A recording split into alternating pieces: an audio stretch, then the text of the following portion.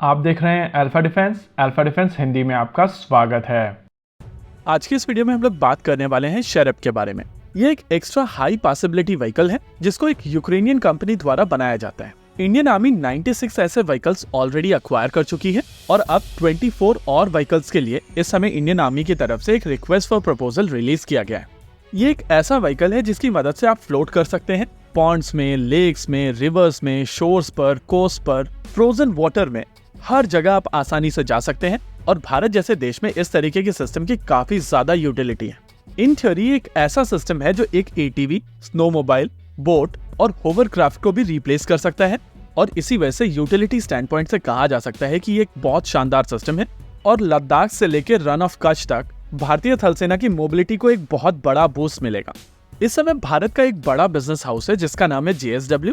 यह सज्जन जिंदल द्वारा लीड किया जाता है और रिसेंटली इनकी तरफ से डिफेंस में भी एंट्री की गई थी। इनकी डिफेंस में एंट्री के तुरंत बाद इनकी तरफ से गेको मोटर्स, जो कंपनी शेरप को बनाती है, उसमें मेजॉरिटी स्टेक्स खरीद लिए गए हैं और इन थ्योरी कहा जा सकता है कि JSW अब इस सिस्टम को भारतीय थल सेना को बेचने वाला है। इंडियन आर्मी की तरफ से ये जो नया रिक्वेस्ट फॉर प्रपोजल दिया गया है उसके हिसाब से 24 शेरप N1200 ATV अक्वायर किए जाएंगे। इस पॉइंट ऑफ टाइम पर इंडियन आर्मी के पास में 96 यूनिट शेरप ऑलरेडी मौजूद हैं और अब ये 24 एडिशनल यूनिट्स के बाद में इंडियन आर्मी का टोटल नंबर 120 का हो जाएगा। वैसे शुरुआत में इंडियन आर्मी की तरफ से जो 96 यूनिट्स अक्वायर की गई थी उनकी टोटल लागत 250 करोड़ की थी, यानी कि लगभग 2.6 करोड़ का एक व्हीकल उस समय पड़ा था। और अब ये जो फॉलो ऑन ऑर्डर दिया गया है 24 यूनिट्स का, इसकी टोटल कीमत 56 करोड़ की है, यानी कि 2.3 करोड़ के आसपास यहाँ पर एक व्हीकल पड़ रहा है। पहले लॉट की तुलना में ये दूसरा लॉट लगभग 30 लाख रुपए पर यूनिट सस्ता पड़ रहा है। चांसेस है कि यहाँ पर इंडियन आर्मी की तरफ से स्पेयर्स, लॉजिस्टिक्स और ट्रेनिंग कंपोनेंट्स को अक्वायर नहीं किया गया होगा, जो कि इनिशियल लॉट में 100% अक्वायर किए गए होंगे। इसके अलावा इंडियन आर्मी की तरफ से इसको स्पेशलिटी मोबिलिटी व्हीकल कहा गया है, यानी कि SMV। वहीं पर अगर ब्रांडिंग की बात की जाए तो इसको एटॉर N1200 कहा गया है और इसी वजह से अलग अलग जगहों पर आपको अलग अलग नाम मिलेंगे।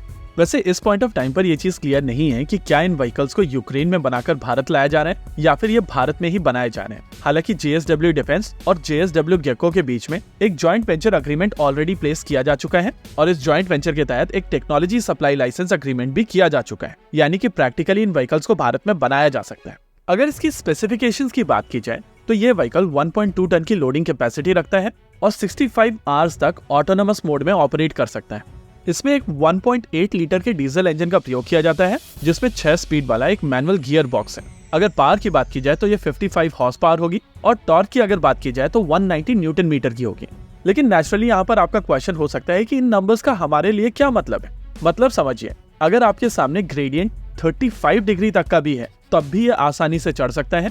अगर ऑब्स्टेकल आता है और उसकी हाइट 1 मीटर तक की है तब भी ये उसके ऊपर से निकल सकता है। ग्राउंड क्लियरेंस 600 मिलीमीटर्स का है और अगर टिल्ट देखा जाए तो 30 डिग्री का टिल्ट भी आसानी से झेल सकता है। इसके अलावा अगर आप इसकी इंटरनल टर्निंग रेडियस की बात करेंगे तो वो 2.5 मीटर की है और एक्सटर्नल टर्निंग रेडियस 8 मीटर्स की है, यानी कि ये बहुत शानदार तरीके से 360 डिग्री का टर्न ले सकता है। और इसी वजह से ऐसे इलाकों में जहां पर स्पेस बहुत कम है वहां पर ये एक बहुत शानदार व्हीकल रहने वाला है। देखिए, इंडियन आर्मी जिन इलाकों में ऑपरेट करती है वो बहुत हार्श टेरेन है और कई सारी ऐसी जगहें हैं जहां पर पहुंचने के लिए इंडियन आर्मी को पैदल जाना पड़ता है क्योंकि कोई और व्हीकल वहां पर पहुंच नहीं पाता है। ये जगहें रन ऑफ कच्छ में है, लद्दाख में है, सिक्किम में है, अरुणाचल में है और कश्मीर में भी है। ऐसी जगहों पर इंडियन आर्मी की मोबिलिटी स्लो हो जाती है और ये व्हीकल उस चीज को एड्रेस करेगा। इसी के साथ आज के इस वीडियो में रखते हैं केवल इतना ही।